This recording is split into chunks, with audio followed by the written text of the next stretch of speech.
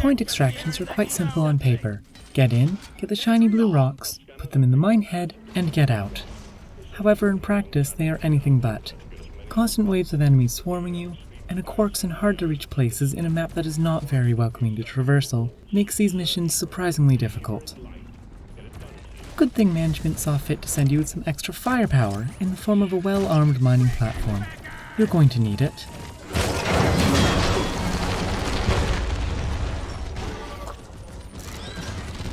Point extractions vary wildly in their terrain generation, but in general, they consist of a single massive cavern where the mining platform will be deployed to, as well as a handful of offshoot rooms, which may or may not overlap the main cavern.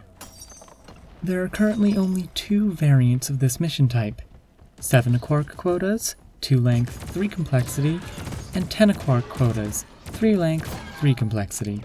Additionally, point extractions are currently the only mission type where collect 100 Dystrum can be a secondary objective. Quarks will be present in the walls and floors throughout the cave and can be dug out of the ground with a pickaxe. The quarks are surrounded by a radius of blue crystals, which glow as long as an quark is present. Once the quark is removed, the crystals cease to glow and darken nearly to black. Quarks are considered large objects and show up as blue gems on your map once freed from the ground. Point extractions are currently the only mission in which you have no mule. Instead, you are provided with a heavily armed mining platform with 3 turrets, 2 floodlights, and a mine head for depositing your minerals and mission quota. The mining platform will land shortly after the drop pod in a central location of the main cavern.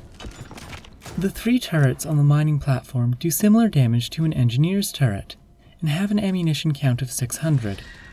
These turrets cannot be reloaded in any way, and once they run out of ammunition, they will deconstruct themselves automatically.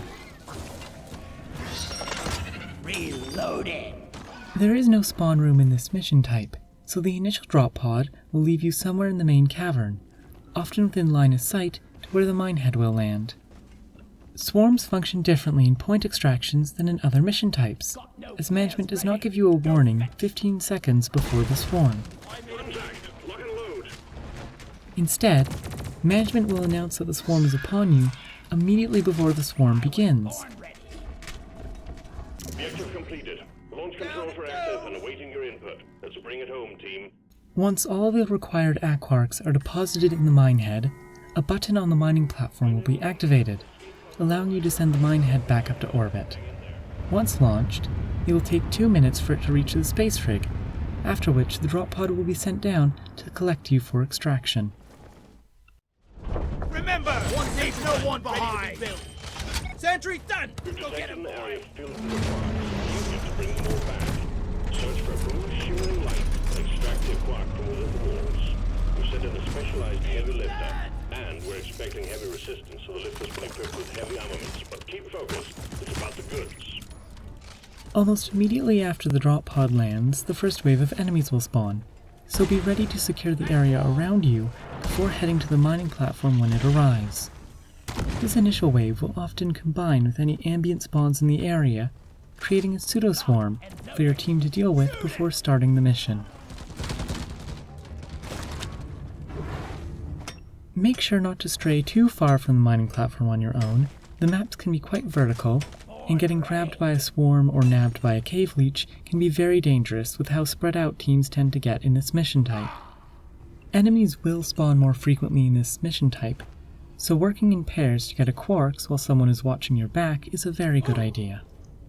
You can move multiple quarks by yourself quickly by throwing them over one another in a leapfrog fashion. Doing so also lets you move faster than just carrying in a quark and walking. Do not fight glyphids on the mining platform, as the bugs can and will bite you through the bulletproof grate floor. Instead, set up an area beside the platform, so the turrets can still provide supporting fire without the platform providing cover for your targets. There is no safe place to deposit minerals after the minehead leaves, so make sure nothing you'd rather have deposited is laying around before pressing the button.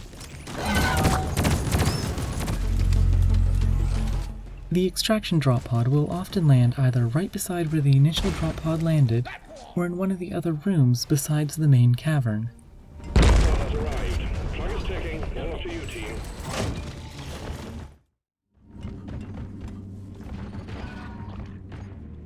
The verticality of this map can hide cave leech clusters quite well, and the high ceilings make them very hard to spot without a scout lighting it up. The main room where the minehead is located will be relatively safe though, as the minehead's turrets will shoot any cave leeches present in short order after deploying. The speed boost you get from rich atmosphere is very useful, especially when carrying a quartz. Just be careful not to run headlong off a cliff, and try to avoid singing. Unlike some other mission types, a haunted cavern is going to be a constant problem here, as the unknown horror is often drawn towards the minehead by dwarven activity. Spreading out your team can help, as the horror will spend most of its time moving between dwarves rather than camping the minehead. Just be conscious of its position at all times, and be ready to fight a swarm on the move. Well, that was rather quick. I hope I covered everything you might want to know about these missions. Next up is Eliminations, and I've been looking forward to this one for quite some time, so subscribe if you don't want to miss it. Rocket stone! Have a wonderful day.